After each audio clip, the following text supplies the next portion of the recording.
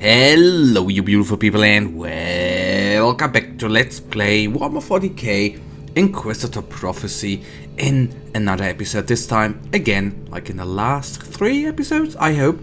It is a auto mission, this time again a demonic incursion. Nurgle demons are or is the enemy. Realspace was ripped open like a rotten canvas and the chaos beasts of the Immaterian marched forth, enter the sky walkways of an Imperial facility and curb the demonic incursions before nothing is left to save. Destroy all dimensional gateways.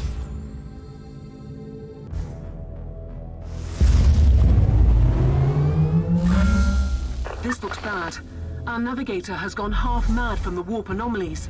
We've detected several warp rifts in the area. The veil between the Realspace and the Immaterium is fading. We have to stop this madness. And we will stop this madness, I guess, with the... I said that a couple of times, but with the power level now of 82, I don't see too much of problems against them enemies, even though that can quickly change. But with the normal regular enemies right here, it doesn't seem to be that much of a problem. Obviously, why am I going down here on the minimap? It's indicated that there is a little chest, although I assume it won't have the most glorious of items in it. But it could be a trap. Well, not a but yes, it could be a trap. But we got lucky there. Nice. Got all of that, so time was worth it. You can never be certain what kind of chest it actually is, because it can simply be a normal little chest where you don't... How do I say that? Where you just get crap. Well, most times I at least have the feeling you are getting crap items, but oftentimes it is just the... And I know I said that many times, probably too many times. I really need to get into crafting, I think. I'm right now at a point where we don't receive too much of upgrades from them missions. That is a little sad part currently, but I guess something we need to just simply cope with and get through.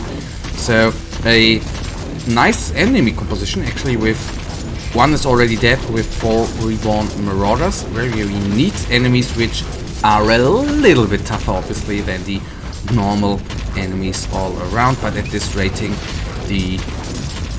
even the toxic entities are not that much of a problem overall.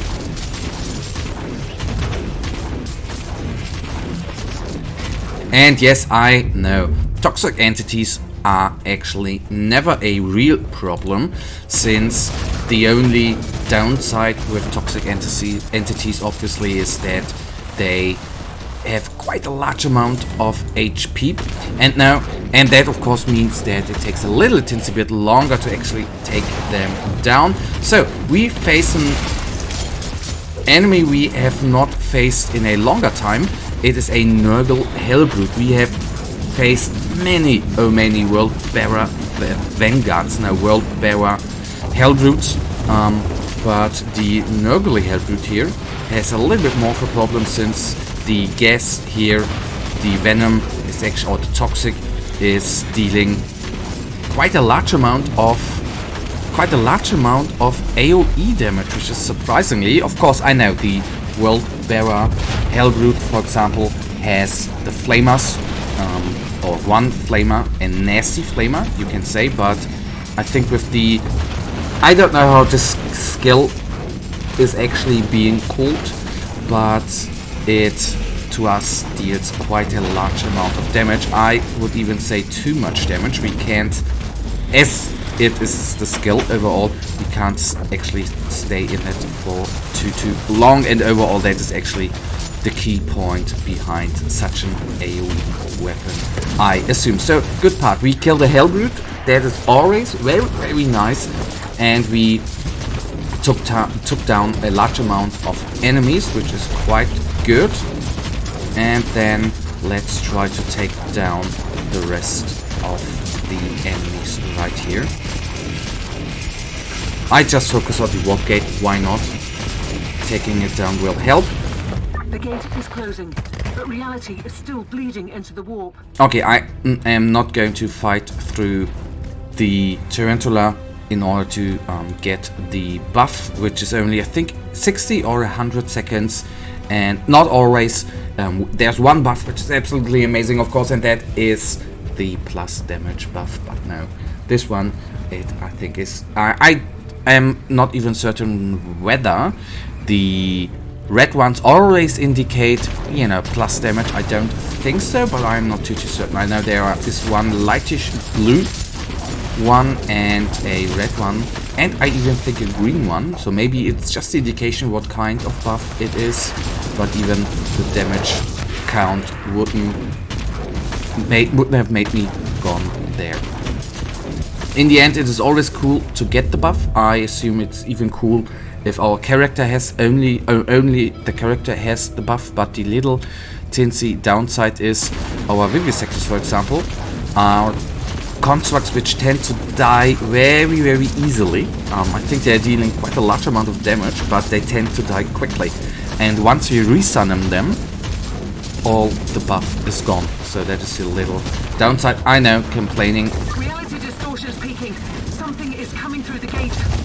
Complaining on a high level there, but that's just it. So let's focus on the Lake Widden. Not the most nasty enemy in-game. I guess a Decimator with the shield generator is a little bit more heavy to kill, but they have quite a nasty...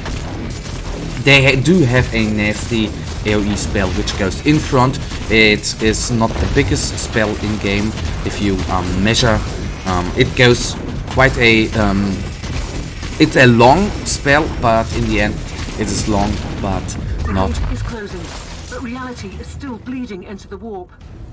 Not very wide, which makes it actually quite easy to get out of the way. But I had a couple of moments where that actually took us... It did not took us down. It did not take us down, but it did take away half of our HP, and that is a thing. You need to be a little bit careful with the tech adept. Imperial reconnaissance forces located. Potentially useful assets, but their current situation is terminal. Immediate action required. Reconnaissance force relieved. Set basic, follow and protect order to the survivors. That's something where you need to be a little bit careful with the tech adept, of course. Being down in half of your HP, and I oversaw a skull, nice, means that you can die very, very quickly. Just one spell from a sorcerer, for example, and you are down. I mean, this is a auto mission. We are allowed to die 3 times, but in Void Crusades that is very, very not so cool overall. So that is actually a nice spot to fight the enemies, because in this tight corners it is not too tight, so our constructs, our 7 constructs can actually surround the enemy. But in the quantity of enemies which are here, it is not. It is better for us than for them. That can be said. And when actually the Reborn Marauders are taken down, it is actually the enemy force is broken. And I think, okay, I've overseen that one, which is down, and there should be maximum 1 remaining. That is quite nice. And of course, our AoE weapon is the most amazing thing against those clumped up enemies, where it is jumping through 3 or 4 of the enemies. Quite nice. Okay, only the warp gate remains and a reborn guy, but that is actually it.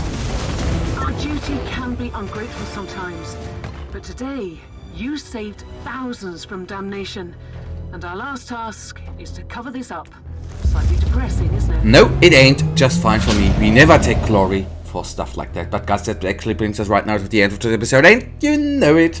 I, as usual, really thank you for watching. If you guys actually do have enjoyed this episode, then please, guys, give me a little thumbs up and subscribe, and hopefully I see ya in the next episode. Until then, have a nice day. Stay frosty. Bye.